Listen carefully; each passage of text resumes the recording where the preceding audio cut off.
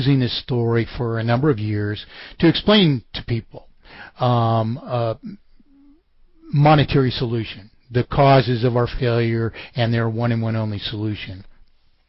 And after academia called me out on this because it had been such a fabulous teaching tool, I was reluctant to just give it up. So I made it, instead of a historical account as it had been originally given to me, I reauthored it. I took literary license to explain mathematically perfected economy in the midst of the story, but at the same time leave a flaw in there, which everyone was pleased with. But then I would, after I told the story, I would ask them then, but what is wrong with this, you see?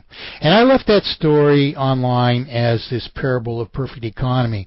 But people have mistaken over time that the words that Benjamin Franklin said are Franklin's words, when in fact in the parable of perfect economy, which I originally explained even at the time that Jacoran borrowed from it, those words are actually the words of Mike Montagne. Now, I asked Ellen Hodgson Brown to explain how this so-called Pennsylvania currency was non-inflationary. She couldn't do it. She left the argument. Now, we as a people, nonetheless, need to understand all these things. So let's back up and go back to what is a promissory obligation. Now, as I explained in this parable of perfect economy, you might have a man who raises fowl, chickens, and another man raises feed. And the man who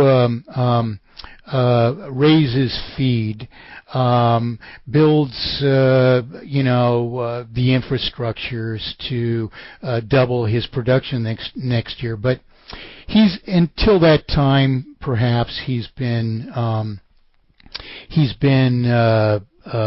growing his own feed on a certain amount of property that's available and suited to doing so. But the additional feed that he needs, he can't grow on his own property. So he approaches his neighbor, and he says to his neighbor that he's built all these, these facilities to double his fowl production the next year, but he's not going to be able to grow the additional feed that he needs.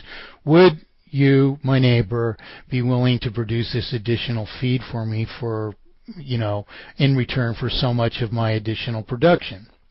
Well, of course, the neighbor has to evaluate, well, is Mike Montagne going to be able to fulfill this debt to me, and is it worth me risking cultivating my further land for these purposes when I might dedicate it to something else, and probably knowing me, because we're talking about smaller communities where people are more intimately familiar with each other, he might decide yes, that he would engage in this. So he writes to me a promissory obligation that he will produce so much feed for so much of my fowl production, and I likewise issue to him by my own hand in writing my promissory obligation to issue so much of my fowl production in return for so much of this feed that he's going to grow. Well, in the meanwhile, the fellow that is to grow the feed, his wife has to have a baby delivered or whatever, and he goes to the doctor and he says, I've got this note from Mike Montagne which promises to deliver whatever, let's just say 2,000 chickens in return for this feed that I'm growing. Would you be willing to take a note for 50 chickens for delivering my wife's baby? And the doctor says yes. And because the town knows both of us, the doctor can spend his note at the mercantile store for supplies and so on and so forth. So this is a way of issuing money. It's promissory obligations, and what a promissory obligation does, it's not a receipt. It's actually a promise to deliver. It's a promise to deliver something at some future time, which is explicit. Now, obviously, as society becomes more vast and we do business with people that we don't know intimately, it behooves a society to standardize this process so that a uniform money is issued into circulation.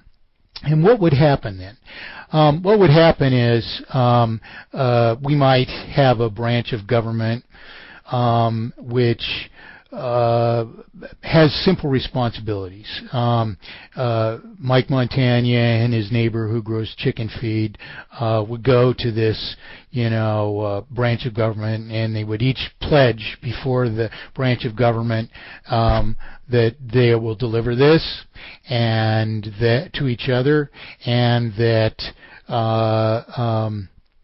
they would demonstrate that they are capable of doing so. And the government branch of government would say, well, okay, you've made that obvious. Here is the money. So now the doctor, when he's paid to deliver this baby, gets a uniform currency. It doesn't say that it collects 50 chickens from, Mike Montagne to do this. It just is $50 or whatever. Well, so what is happening here? You're actually exchanging something which is a token of value equivalent to whatever is to be delivered for it, so long as, in fact, that thing is eventually delivered. So there is no concern in such a system other than the integrity of the currency. That is, the fact that the thing of value which was promised is, in fact, delivered. So as long as such a currency is enforceable, there are no issues. Well, so now, we have this option of a branch of government. Why do I say government? Because in the idea of a republic or of sovereign rights even, is that people have a right to exchange something, and that this representation of it, these promissory notes or promissory obligations, are bound then to represent those things. So that's why real money is real. It is in fact an obligation, not to anyone else, but to each other to fulfill the thing that is promised by the promissory obligation, so that the money has integrity. And what happens? What happens? What is the natural life cycle of a promissory note then? Well, when I issue my note to deliver 2,000 chickens to my neighbor, the doctor comes and he collects 50 of those chickens from me, because he has a note from my neighbor that those 50 chickens are actually to be delivered to him. Okay? And in fact, he might have paid it to the mercantile store, so the mercantile store might come to me and say, these 50 chickens are mine. I have your note. Okay? So I deliver him the 50 chickens. But then I cancel off the 50 chickens that are owed. I cancel 50, so I owe 1,950 chickens to whoever collects from me further. Well, my neighbor comes and he collects whatever 1,500 of those chickens, so I cancel off the 1,500. He says that he's issued 450 chickens in notes to other people. So those are all delivered as they are, and whenever somebody collects the thing of value, the principal is canceled from existence. It's no longer owed to anyone. It no longer represents anything. It has been fulfilled. It is null and void from that point afterward. And this is the most important thing for all of us to understand, first of all, because now, all of a sudden, you realize why it is that we aren't borrowing money from the banks at all. And this is the beginning of your defense of how you keep the house that you probably already even paid for against the claims of the banks which are attempting to foreclose upon you. This is how we pay our falsified artificial national debts and our public debts, which are merely multiplied artificially by this obfuscation of the currency. So a branch of government that handles this properly would just simply certify our creditworthiness, issue the currency, and in fact, then these people don't have to come and collect the chickens from me. They can collect the money in whatever anyone else honors it in, okay? In their own production or their own sales of inventories or whatever. So the point then is that when I pay off my note, I do it by earning that money from circulation and paying it to this natural branch of government, which then retires it from circulation. The principal must be retired from circulation. It is not the property of anyone. When principal is paid against a promissory obligation, it is retired from circulation. Okay, now you should all be thinking, oh, what is wrong with the central banking system then? You should get it already. What is happening with a central banking system, and the whole purpose of a central banking system, is to intervene between myself and my neighbor. And all the central banking system does is publish the evidence of my promissory obligation to my neighbor. That's all the bank does.